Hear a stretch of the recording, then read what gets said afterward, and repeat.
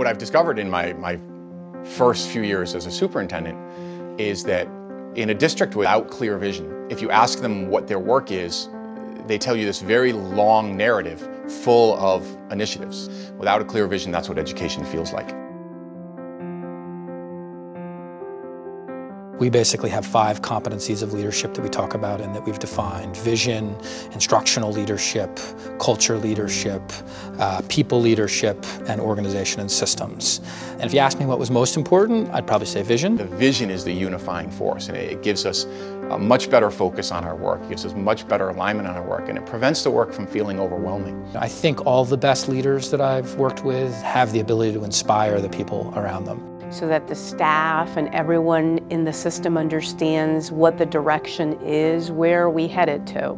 And I think if you can develop a strong leader, a building leader, that leader then can support all those teachers. But I think any model needs to be based on a supportive supervision mindset. We transitioned this year to have school improvement reviews that are site-based. And I really enjoy the process because it's really aligned with the new administrator evaluation model where the superintendent is very actively involved in the teaching and learning process, and I am part of that observation with the principal. So it's not looking at the data in a disconnected sense at central office. It's really looking at the data in practice. It's really looking at the data with the administrators and the teachers and really being able to reflect on the data. And it's also recognizing that it's not only about quantitative data, but it's about qualitative data. It's about trends and patterns and perceptions in terms of how the teaching and practice takes place.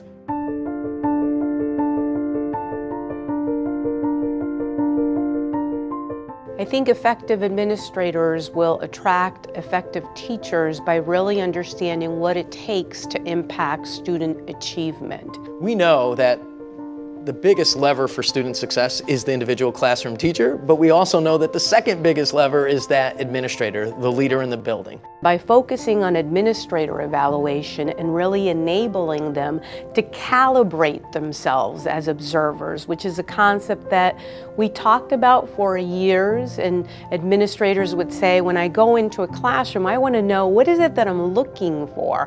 What does good teaching look like? The majority of our meetings became about continuous improvement.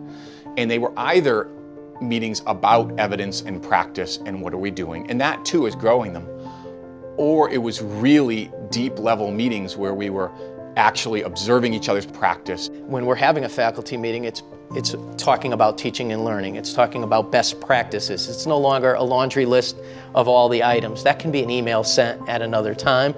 If administrators share openly with their staff that, hey, I'm involved with a peer coaching model, or I have an executive coach, a teacher who maybe is struggling, maybe will be much more receptive to some of those same levels of support as their administrator. It's not just about evaluation, it's about development. And really, if we're being powerful in terms of how we think about this for teachers and how we think about it for leaders, what we're trying to do is improve the skills and the abilities of the people who we're serving. To sit down with leaders regularly through the course of the year with their manager to talk about how things are going and to provide constructive advice, to try and have the systems in place that build a feedback culture within the organization. And we've found that people are really hungry for that. People want that input. People want to be better at their craft. And it's our responsibility as leaders to build the systems that provide them that feedback. I think we have a model now where we've identified 4 key areas: the lesson planning, the classroom environment, the instructional practice, and the professional practice as well, to be able to clearly articulate how that looks in the classroom and how that translates to impact student achievement. So I think the biggest takeaway from us is really in terms of investing in professional capital, investing in our administrators to be able to do this work, and then in turn support the teachers throughout their process. I think good leadership is fundamentally important for recruiting people into schools. It's fundamentally important for retaining teachers in schools, and it's fundamentally important for inspiring the next generations of leadership, be that teacher leadership or administrative leadership. The system we have in place for administrators and leaders to grow, I now see my leaders implementing the same models of systems for their teachers. I see that longitudinal commitment. I see that clarity of vision that my leaders no longer just pile initiatives on. It's about continuous improvement, and all the initiatives are strategies. I think the starting point is really the leadership standards, and it's something that really has clear performance expectations for each standard. And for each standard, it has indicators of achievement. It's something that the administrator and I read very closely, because there has to be a common understanding and a common interpretation of what the standard means. What they do is they create a common language among those people who are going to interact with a developing leader through the course of their career to give them things to work on and give them areas of strength in a consistent language. So I think that's an important first step, is to have those competencies clearly defined. Having that understanding then helps us look for evidence for each indicator of achievement and really determine what are the areas where the administrator is performing and doing very well, and what areas the administrator needs additional assistance with that I can provide. Our conversations with our administrators are much more centered around student performance data, and we're starting to see those conversations now trickle down to teachers. So when an administrator is meeting with a teacher, the questions are much more geared towards data. What are those student performance results? What does the student performance data tell you about your class, about the learning, about your lesson? For those administrators who have areas of weakness in terms of data analysis, we really spend time looking at the data that they have in front of them, looking at the data that's really meaningful and relevant, and looking at data that they've also spent time discussing with a school-wide data team, with the teachers at that particular level.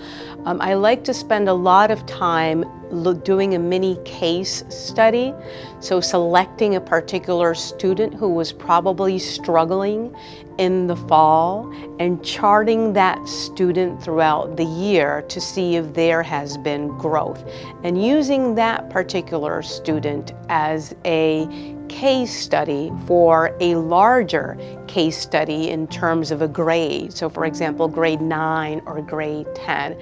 And I think that really helps administrators see and look very closely at a pattern in terms of growth. And we really chart it. We chart it out. We have spent a lot of time at the district level talking about Marzano strategies, talking about high yield strategies. But we really have a discussion also with teachers in terms of what have they used within the classroom that has been successful for students. It's important to note that not all strategies are good for all students. And sometimes we say we're going to do note-taking at the school level, but not everyone needs the strategy of note-taking. So having candid conversations about what really makes sense for a particular group of students, I think makes sense in identifying the strategies, and also realizing that midway, if that strategy is not giving you the results that you're looking for, you might have to set that one aside for something else that might have a greater impact. Education is not an industrial occupation. It's not something where you can say, do this, do that, do the following 15 steps, and you're going to have a student who's educated at the end.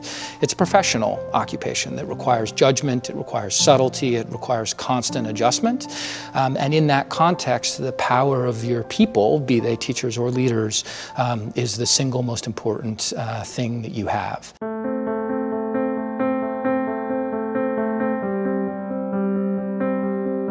In terms of implementing the new teacher and administrator evaluation model, that will be a challenge for all of us. How can you continue to support the day-to-day operations of a district while at the same time focusing on what I think is really your primary assignment, teaching and learning? What I've done in order to meet those needs, meet the new job description, the job description I want, is to make sure that my community, that my vision isn't just an internal one, it's an external one too. And so the community knows what my vision of instruction is and knows that first and foremost in every day is students, kids, and learning. I need to be visible in the buildings. And I think you probably always should have been visible, but I think folks want to know that you know what's going on at the ground level. Really getting us out more, to be in the classroom, to be in schools, and to have professional conversations about how to support our students is really something that all of us welcome. Accountability alone will never work for a school district. Accountability balanced with support will work. So we're going to hold folks accountable, and we're going to give them the support they need to be successful. We think that will drive our continuous improvement efforts. So I think as district leaders in this era of reform and this era of accountability and development, we need to be more conscious of the challenges that schools face and the challenges that our people face. I think we have to be much more mindful of the people development, of the development of educators, of the development of leaders. I think we have to be much more conscious of the challenges that educators face. They need to know that their administrators, both building-based and central office, are aware of the challenges that they're facing on a daily and regular basis. So getting yourself into those buildings, making sure that there's time for teachers to share openly and make suggestions. And I think if you're going to have a system of accountability, it needs to start at the top with the superintendent. The superintendent then needs to hold the administrative team accountable, and the administrators then work with the teachers and hold them accountable. But the whole system needs to be based on trust. It needs to be based on development, personal and professional development. And folks need to see that a system of accountability in itself, it can be something that leads to greater outcomes for them and for their students.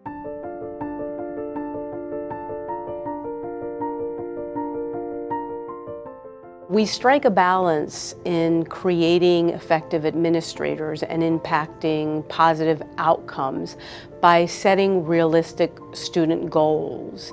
And one of the things that we spend a lot of time with administrators is really determining what are the goals at the school level that will yield the results that we're looking for in terms of growth for literacy, numeracy, in some cases in terms of climate. We're going to study our evidence, we're going to study our data, we're also going to study our practices, because we can't just sit around and talk about this is where students are and this is the competencies they're displaying and these are the behaviors they're displaying, if we don't have a firm grip on what our practices really are.